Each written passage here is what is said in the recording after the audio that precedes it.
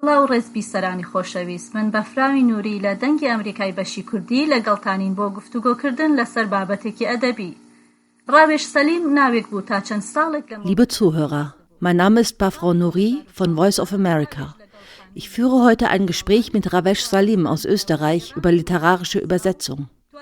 Bis vor kurzem war Ravesh Salim ein unbekannter Name. Im Jahre 2016 übersetzten Ravesh Salim und Ute Kanter-Alang den Bestsellerroman Der letzte Granatapfel des bekannten kurdischen Schriftstellers Bakhtiar Ali und reichten diese Übersetzung in Eigeninitiative bei einem renommierten Schweizer Verlag, dem Unionsverlag, ein. Durch diese Übersetzung öffnete Ravesh Salim eine neue Tür zur kurdischen Literatur. Im Jahre 2019 veröffentlichte der Unionsverlag den zweiten Roman in der Übersetzung von Ravesh Salim und Ute Kanter-Alang mit dem Titel Pervanas Abend. Ravesh Salim ist nun in Kurdistan ein bekannter Name, wenn es sich um Übersetzungen aus dem kurdischen Sorani ins Deutsche handelt. Er studierte Translationswissenschaften und übt neben seiner Übersetzungs- und Dolmetschtätigkeit noch einen weiteren Beruf aus. Herzlich willkommen bei unserem Sender, Herr Salim. Ihre erste Übersetzung des Romans Der letzte Granatapfel fand im deutschsprachigen Raum großes Echo. Viele Medien und Rezensionen beschreiben die Übersetzung als eine herausragende Leistung. Wie haben Sie diesen gewagten Schritt begonnen und warum fiel Ihre Entscheidung auf dieses Buch?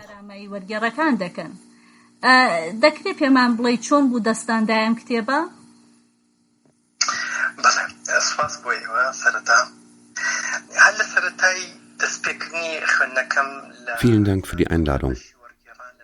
Bereits während meines Studiums in Österreich wünschte ich mir einmal einen aus dem kurdischen Sorani ins Deutsche übersetzten Roman in Händen zu halten. In Bibliotheken und Buchhandlungen fand ich Übersetzungen aus vielen Sprachen der Welt. Eine der vernachlässigten Sprachen war Kurdisch. Ich denke, dass viele von uns Kurden, die als Migranten in fremde Gesellschaften und andere Kulturen auswandern oder fliehen, an erster Stelle darum bemüht sind, ihre Identität der neuen Umgebung vorzustellen. Das Dilemma ist aber, dass wir Kurden über kein wahres Kulturgut verfügen, durch das wir unser Dasein belegen, beziehungsweise mit dem wir uns identifizierbar machen. Das kurdische Volk war nur dann für die Medien interessant, wenn es wieder in die Opferrolle fiel, angefangen bei der Unterdrückung in allen 4 Teilen Kurdistans bis hin zu den innerkurdischen Bürgerkriegen. Ich bin der Meinung, dass wir auf internationaler Ebene nicht viel zu bieten haben, auf das wir stolz sein können. Für mich persönlich war es wichtig zu zeigen, dass es trotz all den politischen Katastrophen begabte Menschen gegeben hat und auch gibt, die aktiv und kreativ in verschiedenen kulturellen Bereichen ihrer Bestimmung nachgegangen sind und dies auch weiterhin tun. Das heißt, ich wollte mit diesem Schritt eher die Rolle eines Zeugen spielen und nicht die Rolle eines Übersetzers oder eine Karriere als Übersetzer starten, der literarische Werke vom Kurdischen ins Deutsche überträgt. Denn ich finde, dass diese Aufgabe den deutschsprachigen Übersetzerinnen und Übersetzern zufallen sollte. Zusammengefasst wollte ich mit diesem kleinen Schritt dabei helfen, meiner deutschsprachigen Umgebung ein anderes Bild von den Kurden zu zeichnen. Ich muss zugeben, dass mir bis zum Jahre 2014 der Mut fehlte, selbst ein literarisches Werk vom Kurdischen ins Deutsche zu übertragen, bis meine Kollegin Ute Kanter-Alang den Wunsch äußerte, einen kurdischen Roman auf Deutsch lesen zu können. Sie schlug vor, gemeinsam, nur zum eigenen Vergnügen, ein kurdisches Werk ins Deutsche zu übersetzen. Aus mehreren Gründen fiel meine subjektive Entscheidung auf ein Werk von Bakhtiar Ali. Ich bin der Meinung, dass jeder andere Roman von Bakhtiar Ali auch gut angenommen worden wäre.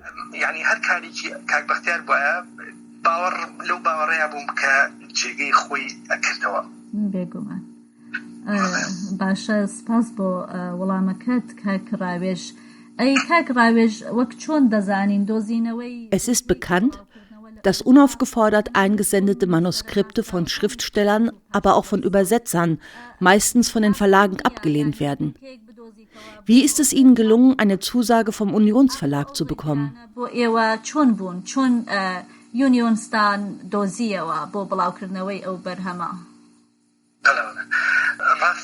Das stimmt.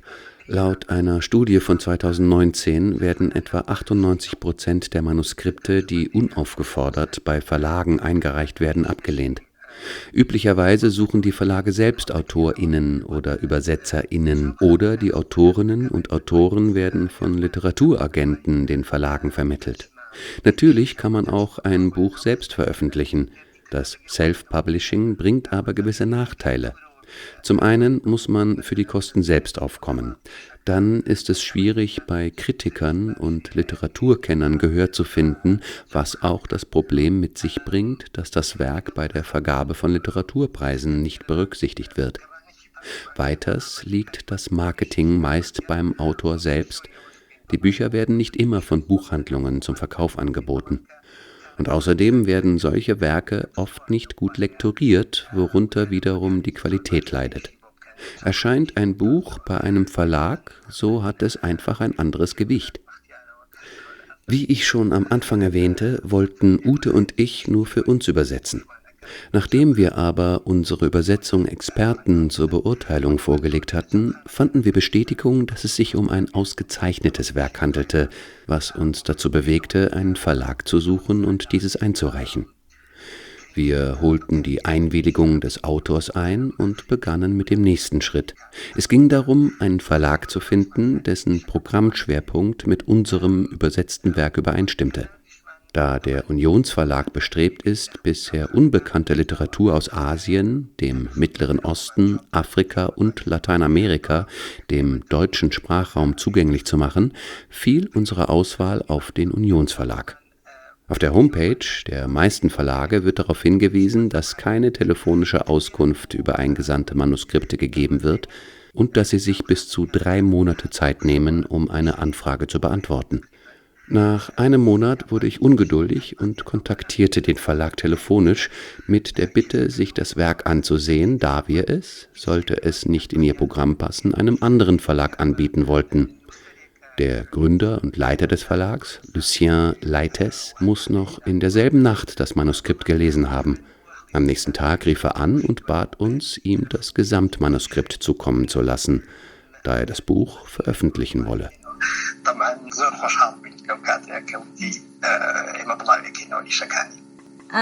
Sie haben bisher 2 Romane übersetzt, die beide bei dem genannten Verlag herausgegeben wurden. War der zweite Übersetzungsprozess leichter?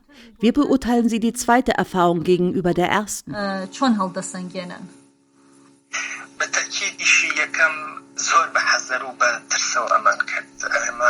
Da wir kaum über Erfahrung in literarischer Übersetzung verfügten, erfolgte die erste Übersetzung mit großer Vorsicht.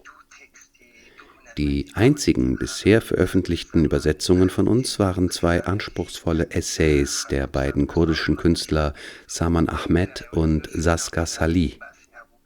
Diese gelungene Erfahrung ermutigte uns, den nächsten Schritt zu wagen, nämlich ein umfangreiches Werk zu übertragen. Bei der Übersetzung des zweiten Romans von Bakhtiar Ali merkten wir, dass wir schneller und gewagter übersetzten, als wir es beim ersten Roman getan hatten.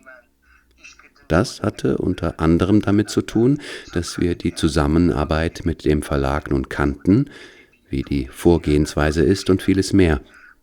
Aber dennoch ist diese Vorsicht bzw. Unsicherheit weiterhin da, aber anders als beim ersten Mal.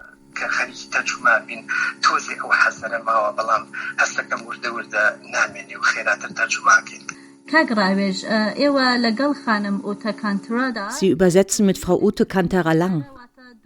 Wie passiert diese Duo-Übersetzung? Werden Ihre Übersetzungen von weiteren Personen lektoriert?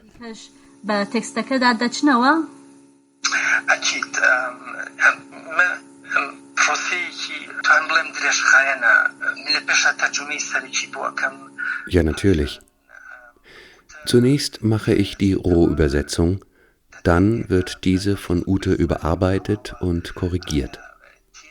Der Text wird dann von uns gemeinsam mehrere Male aus vielen Blickwinkeln kontrolliert und nach eingehendem Gedankenaustausch überprüfen wir, ob sich aus unserer Sicht Aussagen in der Zielsprache mit jenen in der Ausgangssprache decken. Worauf ich persönlich bei der Übersetzung Wert lege, ist, dass sich Melodie, Rhythmus und die Techniken, die der Autor im Ausgangstext anwendet, in der Zielsprache widerspiegeln. Was uns eine Übersetzung erleichtert, ist diese universale Dimension, die Bachtiar Alis Werken innewohnt. Es passiert, dass ich den deutschen Text bereits vor Augen habe, wenn ich den Ausgangstext lese. Das soll aber nicht heißen, dass ich die deutsche Sprache gut beherrsche, sondern zeigt die Geschicklichkeit des Autors, bei dessen Texten ich oft nicht das Gefühl habe, dass Bachtiar in kurdischer Sprache schreibt, sondern eher in einer Weltsprache. Als nächsten Schritt schicken wir die Übersetzung dem Autor selbst zur Durchsicht. Und selbstverständlich wird die Übersetzung vom Verlag, meistens von Lucien Leites persönlich, überarbeitet.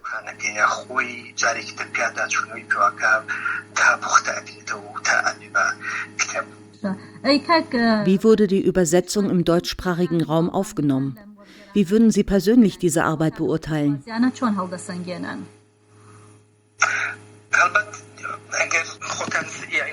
In den Medien und in den bisherigen Rezensionen wird die Übersetzung gut beurteilt. Aber ich muss noch einmal betonen, dass das gute Ergebnis nicht nur uns, dem Übersetzerteam, zu verdanken ist, sondern auch dem Autor und dem Verleger Lucien Leites. Wir haben nicht nur das Glück, dass der Autor noch am Leben ist und wir im Falle von Verständnisproblemen beim Ausgangstext nachfragen können, sondern auch, dass der Autor selbst Deutsch beherrscht und so Anmerkungen zur Übersetzung machen kann. Ich finde, die Summe dieser guten Zusammenarbeit ergibt eine gute Übersetzung.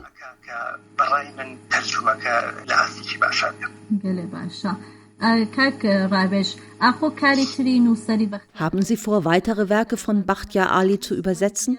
Oder stehen Werke anderer Autorinnen oder Autoren auf dem Programm?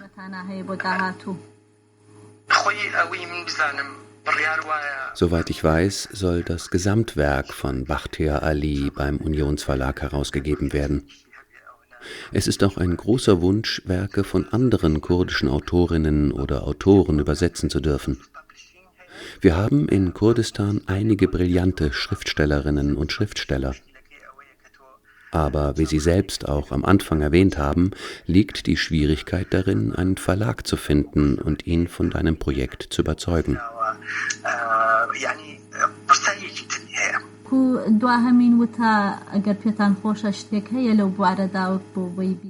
Wie wurden Bachtiar Alis Werke in Europa aufgenommen? Gibt es abschließende Worte Ihrerseits an unsere Zuhörer?